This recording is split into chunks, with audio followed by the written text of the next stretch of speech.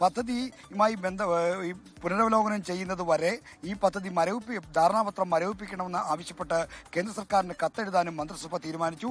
അതും CPIയുടെ ആവശ്യം അംഗീകരിച്ചുകൊണ്ടുള്ള നടപടിയാണ്. ഈ പദ്ധതി പുനരവലോകനം ചെയ്യാനായി 7-അംഗ മന്ത്രിസഭ ഉപസമിതിയെ നിയോഗിച്ചു.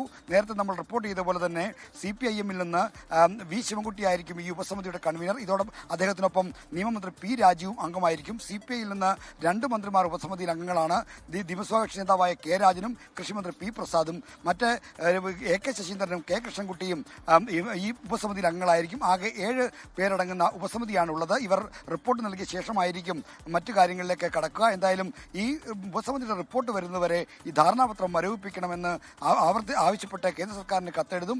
ആ ആവശ്യം പരസ്യപ്പെടുത്തണം, കത്തെഴുതുന്ന കാര്യം പരസ്യപ്പെടുത്തണമെന്നുകൂടി CPI ആവശ്യപ്പെട്ടിരുന്നു. അത് മുഖ്യമന്ത്രി ഇപ്പോൾ പ്രഖ്യാപിച്ചിരിക്കുന്നു. അങ്ങനെ CPIയുടെ ആവശ്യം പരിഗണിച്ച് PM-ശ്രീ പദ്ധതിയിലെ ധാരണാപത്രത്തിൽ നിന്ന് കുറച്ചെങ്കിലും പുറകോട്ട് പോകാൻ സർക്കാർ നിർബന്ധിതമായി, CPM നിർബന്ധിതമായി. അതിന്റെ തീരുമാനമാണ് മന്ത്രിസഭാ യോഗത്തിന് ശേഷം പ്രഖ്യാപിച്ചത്. എന്തായാലും CPIയുടെ രാഷ്ട്രീയ വിജയമായി തന്നെ ഇതിനെ കാണാം. CPI എടുത്ത കർശന നിലപാടാണ് ഇത്തരമൊരു ധാരണാപത്രത്തിൽ നിന്ന് അല്പം അത് മരവിപ്പിക്കാൻ എങ്കിലും സർക്കാർ തയ്യാറായത്. എന്നാൽ ഇതുമായി ബന്ധപ്പെട്ട രാഷ്ട്രീയ ചോദ്യങ്ങൾക്കൊക്കെ മുഖ്യമന്ത്രി പരിമിതമായ മറുപടി പറഞ്ഞുള്ളൂ. തനിക്ക് മറുപടികൾ ഇല്ലാഞ്ഞിട്ടല്ല, മറിച്ച് ഇക്കാര്യങ്ങളിലൊന്നും താൻ ഇപ്പോൾ മറുപടി പറയുന്നില്ല എന്നാണ് മുഖ്യമന്ത്രി പറഞ്ഞത്.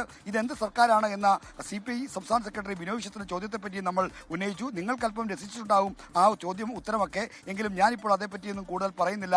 ഇപ്പോൾ ഇതാണ് തീരുമാനമെന്ന് പറഞ്ഞ് മുഖ്യമന്ത്രി ഇതുമായി ബന്ധപ്പെട്ട ചോദ്യങ്ങളിൽ നിന്ന് ഒഴിഞ്ഞു മാറുകയാണ് ഉണ്ടായത്. ഉന്മേഷ്. ശരി, ശ്രീജിത്താണ് തിരുവനന്തപുരത്ത് നിന്ന് വിവരങ്ങൾ നൽകിയത്. ലോകത്തെവിടെയായാലും ഏത് സമയത്തും 24 വാർത്തകളും ഓഗ്മെന്റഡ് റിയാലിറ്റി പാക്കേജുകളും എക്സ്പ്ലെയിനറുകളും വിശദമായി കാണാൻ ഞങ്ങളുടെ YouTube ചാനൽ നിങ്ങൾക്ക് സബ്സ്ക്രൈബ് ചെയ്യാം.